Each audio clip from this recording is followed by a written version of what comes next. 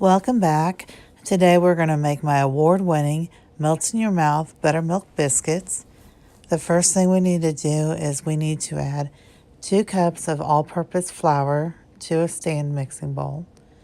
Now once I've got that added, I'm going to add a tablespoon of baking powder. I also added a tablespoon of sugar, but I forgot to record it for some reason. So I'm also adding a teaspoon of salt. And I'm going to go ahead and put the whisk attachment on my mixer. And I'm going to give that just a really quick stir. I want to mix the dry ingredients. To that, I'm going to add 8 tablespoons, so 1 stick of butter. And I want the butter chilled. I don't want it warm or real soft. I want it fairly firm. So I'm going to mix it until it gets kind of crumbly. This is going to take about 5 minutes. I want the pieces really small. I want it almost the texture of like a cornmeal, kind of thick. So once I've got that done, I'm going to switch attachments and I'm going to go ahead and add the paddle attachment.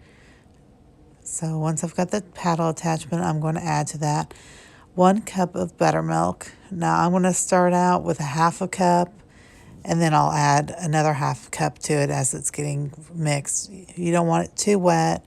You don't want it too dry. You want it to where the dough is sticking really nicely together.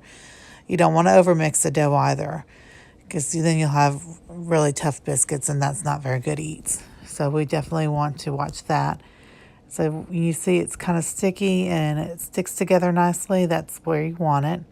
So I'm going to get off the little excess pieces off of there. And I'm going to go ahead and flour my surface. You can use a sifter to do this if you want. I generally just use a cup and just kind of sprinkle it about. You want to make sure you flour it nicely because you don't want the dough sticking. So I'm going to go ahead and get the dough dumped on the counter. And I'm going to kind of knead it a little bit. I'm just going to add a little bit of flour because I don't want it sticking. No, you don't want to over knead this. So I'm just going to give it a few just kneads. Actually, a little sidebar while we're doing this. When I was in high school, one of my first jobs was working at Hardee's, and I learned how to make biscuits because they made biscuits from scratch. So some of the things I learned from them, I've taken through the years for my biscuit making. Just a little fun fact for you. So I'm going to go ahead and roll this out.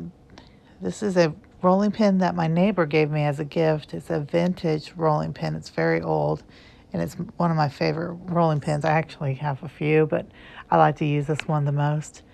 I don't use a biscuit cutter. I use this Coca-Cola glass. It's about 2.5 inches, so my biscuits are about 2.5 inches. This recipe will make a dozen biscuits at that size. You can, of course, make them smaller or we can make them larger. I also bake my biscuits on a Pampered Chef baking stone. To me, the biscuits just bake better that way. Now, once I've made that, I'm going to go ahead and just kind of quickly knead it and roll it back out to finish making more biscuits. And I roll this to about 1 inch thick because I want my biscuits nice and thick and fluffy. So once again, I'm just going to give it a quick cutting with the little Coca-Cola cup. And I'm going to roll it out one more time. Just kind of give it a quick roll. I'll get one more out of this one. And I will actually have just enough dough to make one last biscuit. I usually have one biscuit that's a little wonky looking, but that's okay. Beauty is in the eye of the beholder. And you'll see there's just really no excess dough. Perfect dozen. Now I'm going to bake these in the oven at 425. And I'm going to set my timer for about 10 minutes. I want my biscuits to just start getting golden brown. So you'll see me set my timer. I always have a hard time with this timer. I don't know why. Apparently I'm challenged or it just doesn't like me. I'm not really sure. So you see the biscuits are starting to get a little bit golden. I'm going to pull them out and I'm going to add a little bit of melted butter. You can melt the butter and brush it on, or you can spoon it on. And I just kind of give it a nice coating of butter. And once that's coated, I put them back in the oven for about 3 to 5 more minutes until they're golden brown. And there you go. These are my award-winning biscuits. I've been making homemade biscuits for a long time now. They're fairly simple to make. They don't take a lot of ingredients, and they're always very, very good.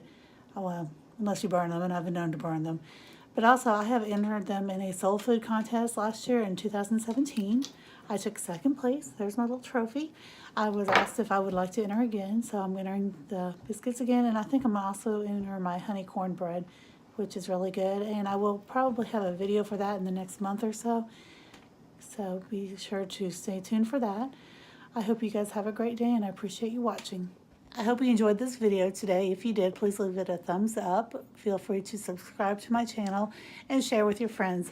Below, I will link the recipe that I shared today, as well as links to my Facebook page, my Instagram, and my Twitter. I hope you guys have a great day. And remember, not every day is good, but there is something good in every day.